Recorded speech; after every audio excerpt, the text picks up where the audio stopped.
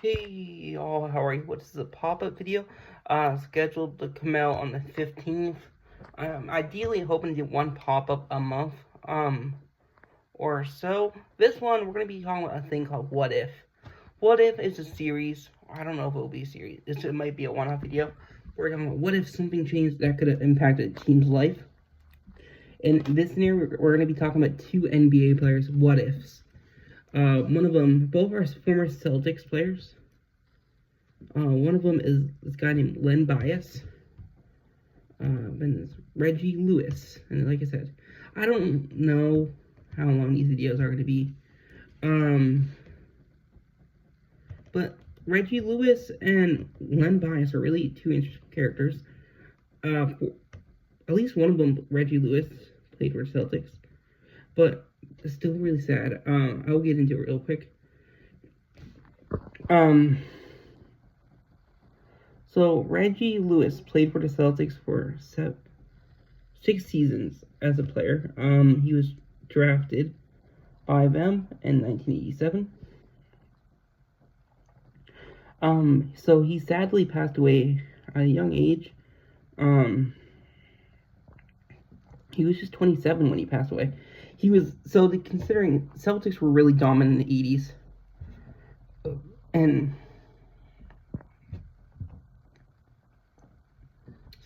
they were really dominant in the 80s, and let's say if these two players were around, they probably would have been dominant in the late 80s, early 90s, because, Celtics were really dominant in the 80s, won 3 championships with the big ones. But yeah, let's talk about these two players. Reggie Lewis, like I mentioned, he was drafted in 87. They wanted him really bad because, you see, a year earlier, the Celtics, one of the Celtics players, Len Bias, sadly passed away on 86. The 87 draft was really interesting. So many what ifs. They could have gone like players like Pippen or Robinson around there, but they took Reggie Lewis, who was an all-star. Considering a lot of players after him, didn't work out really well. It's just really interesting. There's a couple who did, but Reggie Lewis was a shooting guard, small forward. Like I said, he passed away at 27, which is crazy. He lived in Dedham during his time as a Celtics. He was the second cousin of PJ Dozier. PJ is currently a player in the league. He played in the Celtics. But yeah, his uniform was retired, and he's in tribute in NAFI Center, which was the Boston Celtics' original home arena, and it was also Northeastern University's home, because he played for Northeastern. He was an all-star in 92,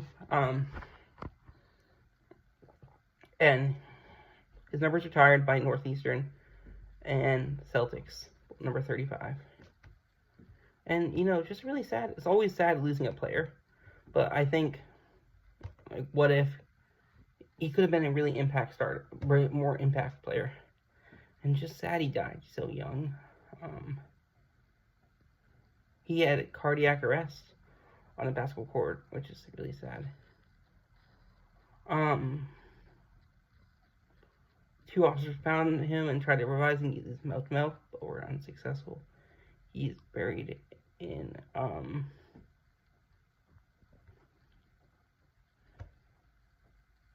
Jamaica Plains, JP. People are thinking he used cocaine, and Wall Street Journal suspected that physicians said that cocaine killed him, but they were sorted by actions. Yeah,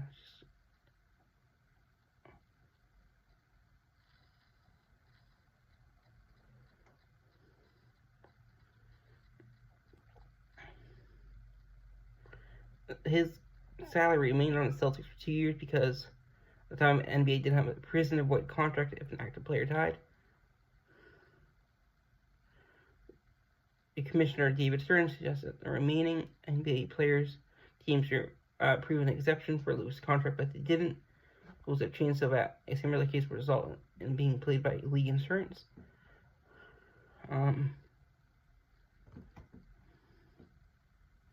His number was retired on March 2nd, 1995. D. Brown, Xavier McDaniel, and Sherman Douglas all had it up, which is cool. And the other player we're going to talk about is Len Bias. Len Bias, he was drafted second in 1986. To give you perspective, who was number one?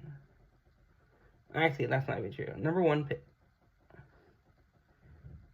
Let's run out a couple good players like Mark Price, Dennis Rodman, Kevin Duckworth, Nate McMillan, Jeff Hornicke, Drazen Petrovic, which is cool. But it's just still always sad seeing a former player pass away.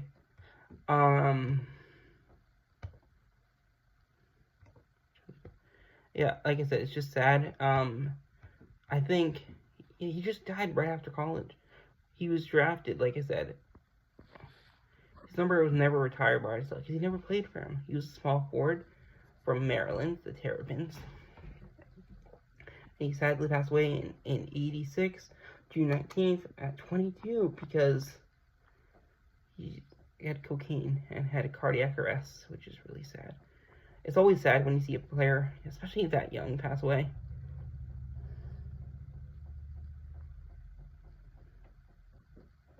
And he didn't really play at all. He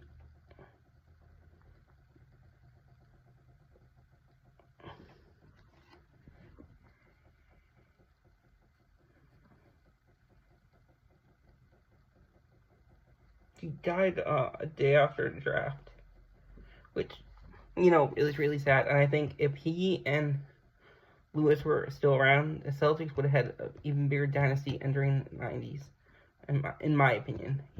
I wasn't around there at that time, but it's just sad. But yeah, I just want to make this pop-up. I hope to do more pop-ups in the future about like what ifs or anything. And like I said, this is coming out on the 15th, which is cool. And I hope y'all enjoy it. And sorry if I'm sad. It's just, you know, tough when you think of it. Bye-bye.